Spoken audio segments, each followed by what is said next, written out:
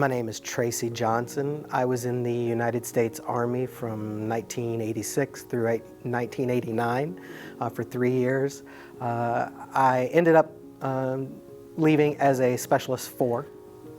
After high school, I went directly to college, and still after 2 years of college and getting an associate's degree, I was 19, had no idea what I wanted to do with my future at that time, and the military sounded like a really good opportunity to go in and learn a career and have some time to really think. And my job mostly while I was there was dealing in telecommunications. I got the Army Commendation Medal for an actual data. This was pre-computers. They didn't know how to create a database so that they could pull them up by date. And so that's what I ended up doing, figuring out a way to create a database, an early database before anybody ever even knew what they were doing. But it states that for meritorious service as an assistant shift supervisor within the Vigan Telecommunications Center, Specialist Johnson stood out head and shoulders above his peers. He was assigned as a data telecommunications center operator in the VTCC. He processed between 200 and 250 highly sensitive messages per month without a security violation. He was also credited as the brains behind the automation of the NATO sub-registry account during 1989.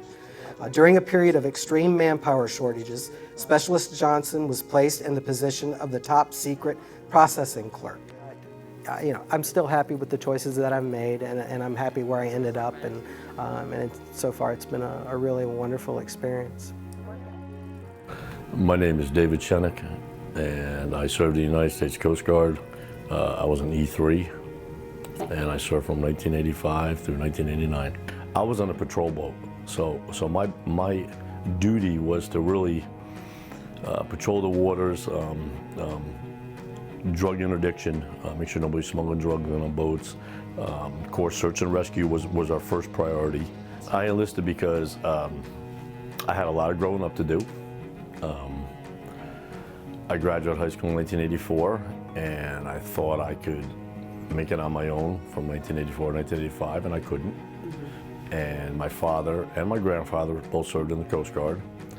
And my dad was like, this might be what you need to grow up a little bit and figure out what you want to do. I'll never forget, there was a freighter that was registered with a Honduras registry that was anchored off of Long Beach. And we thought, that's really weird. Why are they anchored there? And I remember the night we had to board them, we had customs agents on board, and we had park police on board, federal agents on board, and I was one of the boarding officers. Of course, I was 19. I was scared out of my wits.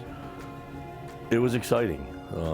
There was a lot of search and rescue operations. There was a lot of pulling victims out of the water. There was a lot of drug interdiction going on. A lot of boat fires. There was never a dull moment. I mean, you were busy constantly when you were in there. I started to really like it. It gave me a sense of responsibility. It gave me a lot of discipline. It gave me a sense of self-worth. It was fun helping people. We did an important job, and I have no regrets doing that. And had I known how great it really was, I probably would have stayed and made a career out of it and retired.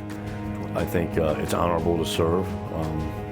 I think it's a great vocation for young people to get a love for their country and a little bit of giving back to people and helping people, and I enjoyed it. I enjoyed it very much.